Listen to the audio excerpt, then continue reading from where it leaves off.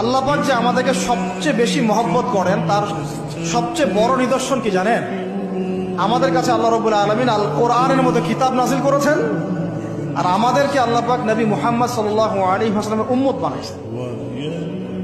আল্লাহ পাক যে নবী মুহাম্মদ সাল্লাল্লাহু আলাইহি ওয়াসাল্লামকে এই দুনিয়াতে পাঠিয়েছেন না, এটাই সবচেয়ে বড় মহব্বত, সবচেয়ে বড় রহমত। কারণ তার সুন্নতে এমন কিছু নাই যেটা আপনি খুঁজে পাবেন না। আর তিনি আমাদেরকে যে মহব্বত করতেন, মুহাম্মদ সাল্লাল্লাহু আলাইহি ওয়াসাল্লাম আমাদেরকে যে মহব্বত করতেন, তিনি আমাদেরকে বলতেন যে আমরা তার ভাই। তো তিনি আমাদেরকে যে মহব্বত করতেন, তিনি একদিন বলছিলেন সাহাবীদের সামনে, কাশ আমি যদি আমার ভাইদেরকে দেখতে পেতাম। সাহাবীরা বলছেন, ইয়া রাসূলুল্লাহ, আমরা কি আপনার ভাই না?